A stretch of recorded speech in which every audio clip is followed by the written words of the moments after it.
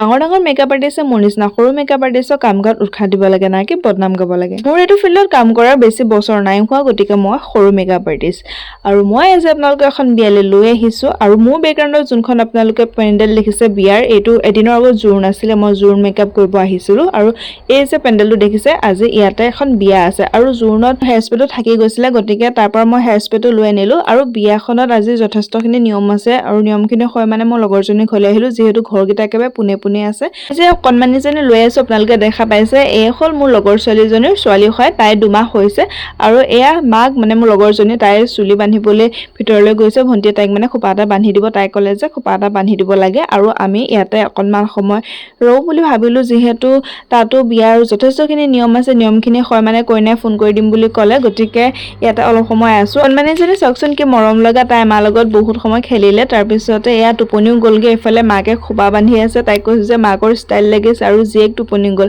এইফালে দেখা পাইছে খোপা চোপা বান্ধি আছে, এইফালে আকৌ চাহ দিলে। লগৰজনীও আকৌ আজি একেলগতে 2খন বিয়া খাব, মই যোনখনত মেকআপ কৰিব আহিছোঁ সেইখন, আৰু বাকী এদিনৰ আগত য'ত মই জোৰোণ কৰিব গৈছিলোঁ দেখাইছিলোঁ যে পেণ্ডেলটো, সেইখন 2খন বিয়া খাবগৈ। তাৰপিছত আহিলোঁ বিয়া ঘৰলৈ। বিয়া ঘৰত মানে নিয়ম কৰিয়ে আছে, আমি কফি চফি খাই ল'লোঁ। তাৰপিছত আকৌ লগৰজনী খোপাটোহে বান্ধি দিয়া হৈছিলে, ফুলখিনিতো আহি পোৱা নাছিলে, গতিকে ফুলখিনি আহি পোৱাৰ পিছত আকৌ ধুনীয়াকৈ লগাই দিব লগা হ'ল। এয়া দেখা পাইছে নহয়, ৰ'জ একদম মস্তিকে লগাই দিছোঁ। লগতে আমি জিপচি লৈ আহিছিলোঁ, সেয়া অকণমান তাইক লগাই দিলোঁ ধুনীয়াকৈ মিলাই, আৰু খুব বেছি ধুনীয়া লাগিছিলে। আৰু তাৰ পৰা আহি গ'লোঁ একদম মেকআপলৈ। এতিয়ালৈকে কিন্তু কইনা আজৰি হৈ অহাই নাছিলে, গতিকে কইনা আজৰি হৈ আহে মানে ভাবিলোঁ পাৰ্টি মেকআপটোকে কৰি লওঁ। আৰু এয়া দেখা পাইছে নহয়, এগৰাকীক মই পাৰ্টি মেকআপ এটা কৰি আছোঁ। আৰু এই অৰিজিনেল ঘৰ হ'ল সোণাৰী, তাই মানে আলহী হয় বিয়া ঘৰৰ, আৰু তাই মোৰ ফোন নাম্বাৰটো ল'লে। তাৰপিছতে তাই মেকআপৰ কথাও সুধিলে, মেকআপবিলাকত মই কেনেকৈ লওঁ কি কথা এইবিলাক সুধিলে, আৰু মই দূৰত মেকআপ কৰোঁগৈ নাই। তাইৰ ঘৰ যিহেতু সোণাৰী হয়, বহুত দূৰ, আৰু বহুত বেছি ভালো লাগিলে কথা পাতি। মেকআপটো কমপ্লিট হোৱাৰ পিছতে হেয়াৰটো কৰি দিব লাগিব, আৰু হেয়াৰটো অলৰেডি ক্ৰিম্পিং কৰি থোৱা আছে,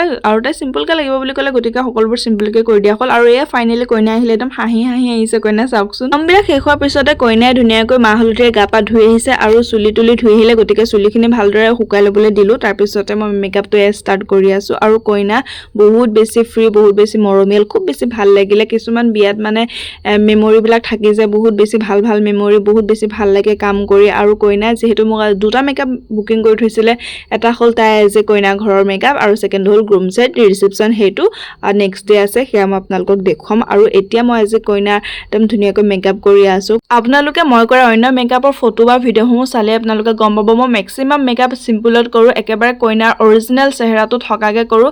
এনেকুৱা বনাই নেপেলাওঁ যে কইনাজনী দেখিবলৈ কমপ্লিট বেলেগ হৈ গ'ল, লুকছটোৱে বেলেগ হৈ গ'ল, স্কিন টোনটোৱে চেঞ্জ হৈ গ'ল, তেনেকুৱা মই ভুলতো নকৰোঁ। মই একদম কইনাৰ অৰিজিনেল চেহেৰাতে ৰাখোঁ, একদম নিজৰ যোনটো স্কিন টোন হয় তাৰ লগত মিলাই ধুনীয়াকৈ কৰোঁ। যিবোৰ মেকআপ স্কিন টোনৰ লগত মিলাই কৰোঁ, সেইবিলাক মেকআপ কেতিয়াও ডাঠ নহয়, সেইবিলাক পাতলাই হয়, স্কিন টোনৰ লগত ধুনীয়াকৈ মিলি থাকে। লগতে মেকআপটো ধুনীয়া হৈ থাকে, কেতিয়াও কোলা পৰি নাযায়। কিছুমান হেভি মেকআপ লেয়াৰবিলাক বেছিকৈ দিয়াৰ বাবে লাষ্টলৈ গ্ৰে পৰি যায় বা কোলা পৰি যায়। মই যিহেতু মেকআপবিলাক চিম্পলকৈ কৰোঁ, অভাৰ লেয়াৰ নিদিওঁ, গতিকে একেবাৰে শেষলৈও মোৰ মেকআপটো কেতিয়াও কোলা পৰি নাযায়, একদম ঠিকেই হৈ থাকে। তাৰপিছতো 2টা পাৰ্টি মেকআপ কৰিলোঁ, যিহেতু চিম্পলকৈ বিচাৰিছিলে, আৰু এগৰাকী সৰু ছোৱালী হয়, গতিকে ফেচিয়েল হেয়াৰ আছে, আৰু তাই ৰিমুভ কৰা নাই। সৰু ছোৱালীনো ক'তনো এইবিলাক ৰিমুভ কৰিব নহয় জানো। এইফালে ধুনীয়াকৈ খোপা চোপা বান্ধি কৰি একদম কমপ্লিট হৈ গ'ল।